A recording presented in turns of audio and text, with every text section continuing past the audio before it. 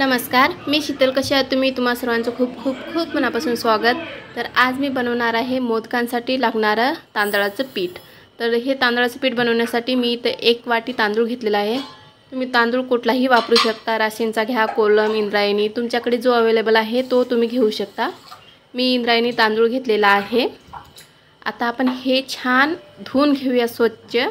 आणि हे आपल्याला 2-3 वेळा तरी धुवायचंच आहे, कारण की हे पॉलिस्टर करून असते, त्याच्यामुळं आपल्याला त्याच्यावरचं सगळं पावडर निघलं पाहिजे असं धुवून घ्यायचं आहे. जर तुमचा घरगुती असेल तर तुम्ही जास्त धुतलं नाही तरीही चालेल. मी हे 3 वेळा धुवून घेते स्वच्छ पाण्याने. हे बघा, अशा प्रकारे 3 वेळा मी धुवून घेतलेला आहे.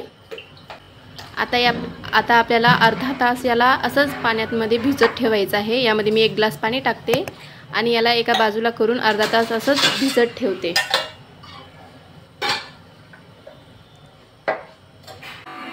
आणि बघा, अर्धा तास झालेला आहे. आपले तांदूळसुद्धा छान मुरलेले आहेत पाण्यामध्ये. अर्धा तास आपण ठेवला होता त्याच्यामुळे. आता एक चाळणी घ्यायची आहे आपल्याला. तुमच्याकडे जी चाळणी आहे तुम्ही ती घेऊ शकता. आपल्याला यामधलं पाणी झारायचं आहे. यामध्ये आपल्याला हे तांदूळ टाकून यामधलं पाणी झरेपर्यंत म्हणजे 5-6 मिनिट तरी आपल्याला या चाळणीमध्ये ठेवायचं आहे.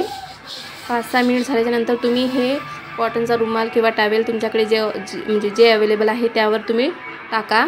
आणि हे फॅन खाली आपल्याला अर्धा 1 तास असंच वाळू घालायचं आहे. लक्षात ठेवा, हे आपल्याला उन्हामध्ये वाळू घालायचं नाही आहे. याला आपल्याला फॅन खालीच वाळू घालायचं आहे. 1 तास झालेला आहे आणि आपले तांदूळ छान कोरडे झालेले आहेत. हे आतमधून ओलसर आहेत पण वरून सर्व कोरडे झालेले आहेत. हे बघा, टॉवेलला अजिबात चिपकत नाही आहेत. आता हे आपण मिक्सरच्या भांड्यामध्ये काढून घेऊया. आपल्याला हे मिक्सरमध्ये बारीक करायचं आहे.